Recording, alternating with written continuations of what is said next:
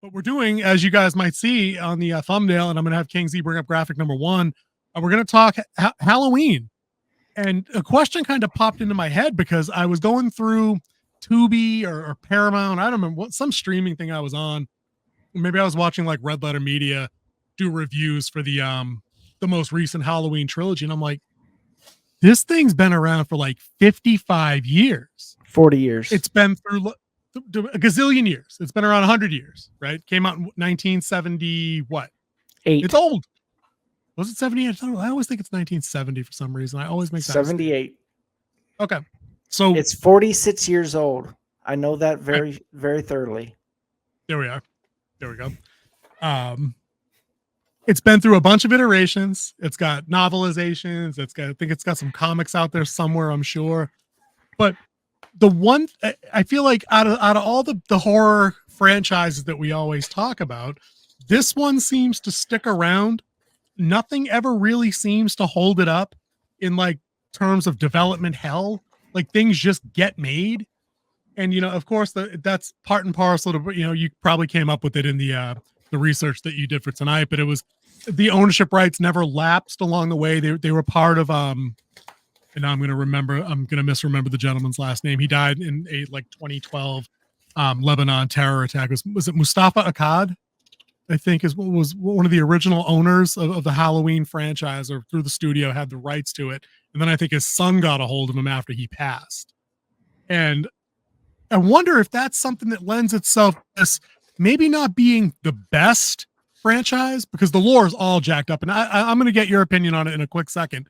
But I mean, that's one of the things that's always kind of annoyed me about Halloween is that they not only do they kind of retcon lore continually, they'd like retcon stuff into oblivion and just ignore like family bonds and relationships that exist that just go in other directions. But let's start at the beginning for you, dude.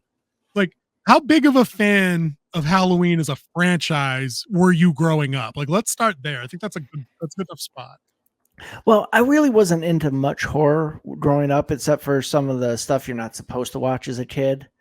So I really wasn't like completely, ingrained in everything that was going on with it.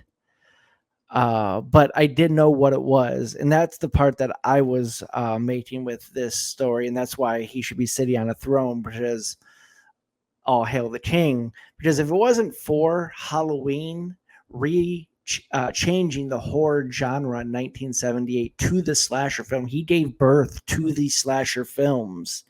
If it wasn't for him, stuff like Friday the 13th never would have been a thing. The horror trope of the final girl wouldn't be a thing. This movie introduced a lot of the tropes of modern horror films that you just wouldn't see in any others. This one has such a staying power. It can because it can do that. I mean, because if it wasn't, this is the original. This is number one. There wouldn't be a Freddy Krueger. There wouldn't be a Jason. There wouldn't be a what's his name? Jigsaw. Ghostface. Yeah, there wouldn't be Ghostface. There wouldn't Evil Dead. This inspired Evil Dead to be made. So without this movie, there would probably be no teen slasher films, or the sin slasher films they called them of the 80s. You wouldn't have some of the most iconic scenes ever, and it's all because of this movie being made in 1978. And that's the reason why it stuck around for 40 years, because it has such a staying power, because it's an easy film to make. I mean, how many times have you just seen someone wearing a Michael Myers mask? How many people have done so many videos of them driving with a Michael Myers mask? The one with the guy who plays piano, and he wears a Michael Myers mask while he plays piano, and like, it's iconic. It is ingrained in the zeitgeist of horror, and he is the original new horror guy. Dude, you're not wrong, and you didn't even mention we use the word iconic a lot, but when the shoe fits, it fits. You talk about the score, talk about the music. Dun, dun, dun, dun, dun, dun, don't DM say me. Dun, dun, dun, dun, you know what I mean? Yeah. Like that. Like people were using that as like ringtones when like settable ringtones were all the rage. You know what I mean? Late 90s, early 2000s. But I think you're right. When you get into Halloween, it's at its strongest in this franchise, when it's just that simple principle, dude, it's just a masked, unstoppable killing machine force of nature. It doesn't need to be clever. It doesn't need to have any rhyme or reason. The fear factor is you just don't know why.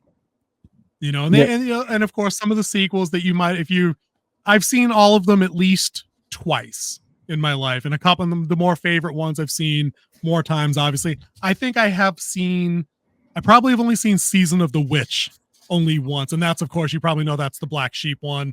It didn't have Michael Myers. It told a completely unrelated, different story because they had the idea after part 2 to take into more of an anthology kind of idea that the spirit of Michael Myers or the spirit of evil could be explored through different stories and follow-ups.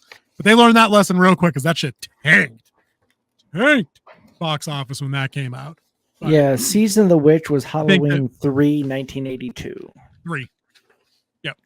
So, I mean, you can see how in rapid fire, short order, these movies were coming out because it's like my man King Z said, and you've heard us talk about a bazillion times before, the ROI, the return on investment for horror flicks, when budgeted properly, is gazillions of easy dollars in a lot of cases. You know, when you've got the promotion ability, the distribution ability, horror makes bank. It's just how it is. So whenever the studios back then saw a cash cow that they're releasing like biannually take a hit, they're like, no, bring back the Shatner mask. That mask, need it. Because that's the source of their bread butter. And all them slasher movies do the same thing. But one of the things I like most about the Halloween franchise, like I was saying before, and I don't particularly enjoy every installment of the modern stuff. I just like how different creators have kind of gotten a hold of it. They've changed some stuff, but at the end of the day, in my opinion, it's still mostly Halloween. Like, and I even mean that about the Rob Zombie stuff. I don't know if you saw those two. That was like a duology that came back in like the early to mid single digit 2000s. You catch either of those? Rob Zombie and Sherry Moon Zombie's wife is in there. I did not watch the Rob Zombie ones. Yeah. I can safely say I did not. Yeah. They hyper violenced a lot of the slasher stuff up, and they added some crazy backstory and lore. But I mean, I guess that's what you do, and that's what I mean. Like, this franchise constantly reinvents itself, and I think that's why, outside of the rights issues that have kind of befallen Friday the 13th, and we were talking about how, you know, we were looking forward to the Camp Crystal Lake show. We don't know if that's happening. We're like, all that seems to be up in the air. We can't get a follow-up to the remake, which actually did pretty good. I think that was in 2009. It had one of the guys from Supernatural as one of the leads in it. Like, it was perceived fairly well, but then development hell because of rights issues. Because apparently the way these things work is King Z could own the title, but I could own the font to the title. So if I don't let him use the font of the title, they can't market it. And then you can also own the name Jason, but somebody else could own the family concept of Voorhees. And if you don't agree, like, you don't have Jason Voorhees, and somebody had Camp Blood, somebody had Camp Crystal Lake, that screws it all up. It's wild, man. Like, the legal stuff, if you've got a mind for it, it's kind of fascinating. It's a bit much for us to get into here because we're not legal eagles. You know, we can understand enough to have that surface level chat. But I love that it does get the opportunity to at least be reinvented through various crappy sequels. Because you and I, we got no particular disdain for crap sequels. We understand what they are. We understand what their goals are. So if you got a Children of the Corn Part 9, there we go. Oh, look at that.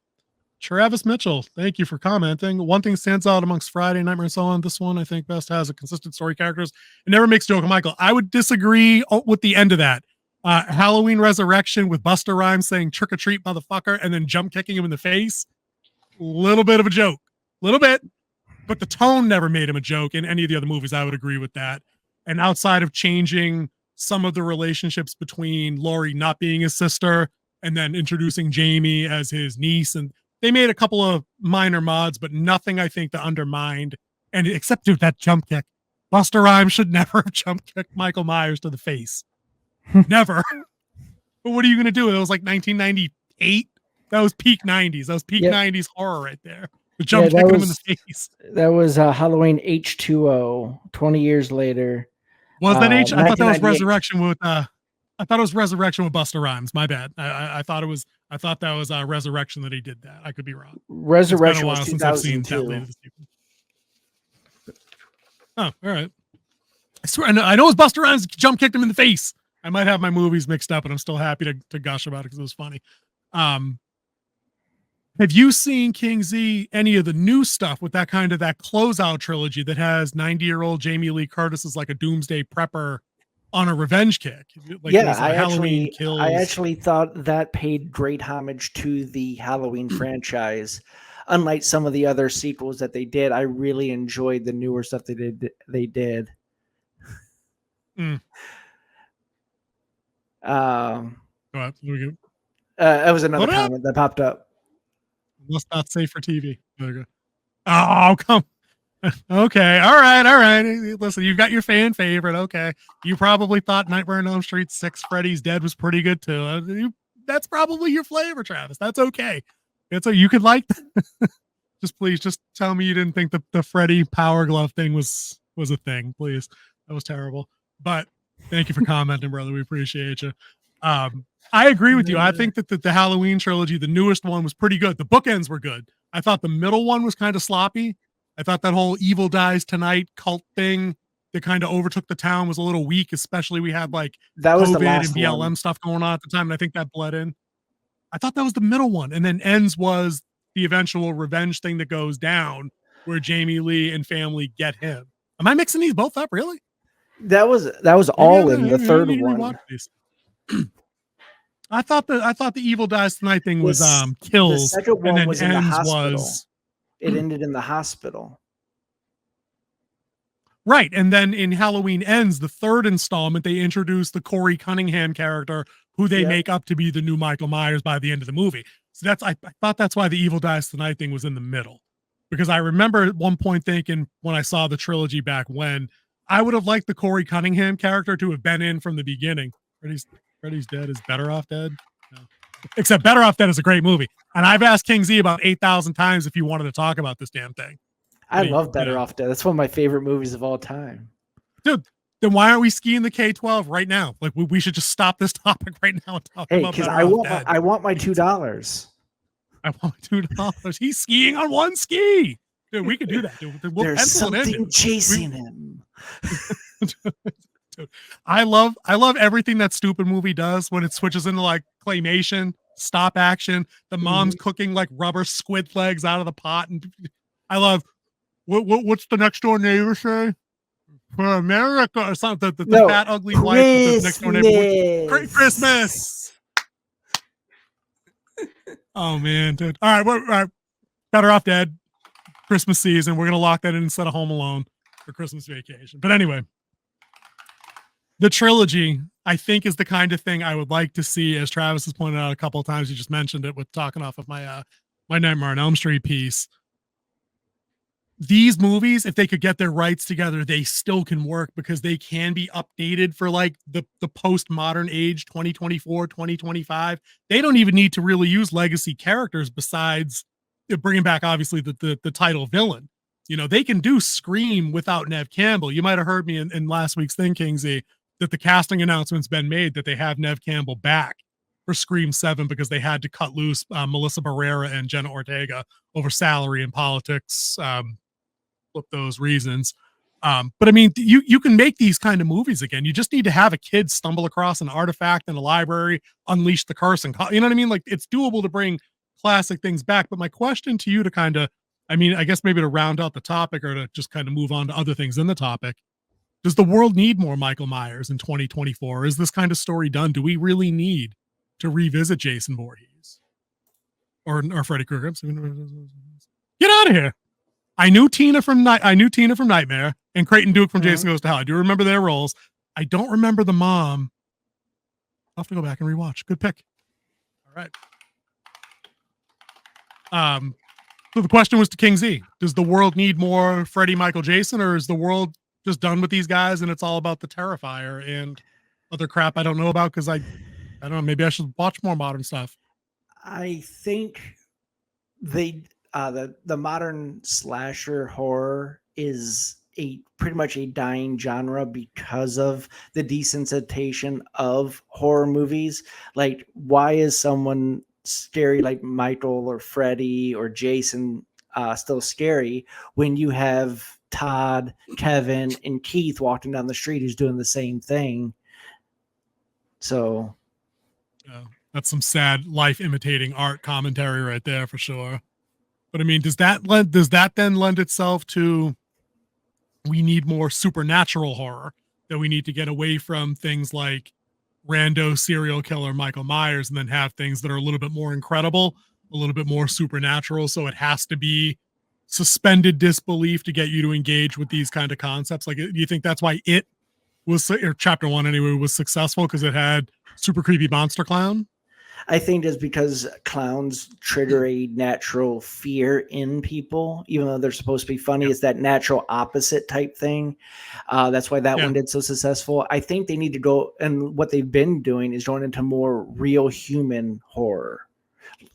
Take The Strangers, take in the new one, Blink Twice, or Speak No Evil. Movies like that where it's real really people. Yeah, it's real people horror instead of super villain type horrors with Freddy, Jason, Michael. All right. So you're saying go the other way from what I said, is you actually want to see it double down on grounding. Interesting. That's an interesting take on that. Oh, here we go. Travis Mitchell, I think one medium where Halloween would thrive is an audio drama. You did. I absolutely agree. Absolutely agree. Absolutely agree. I think there's a lot of cool stuff that's coming out in audio that I've been turned on to lately. Stuff out of like the Alien franchise.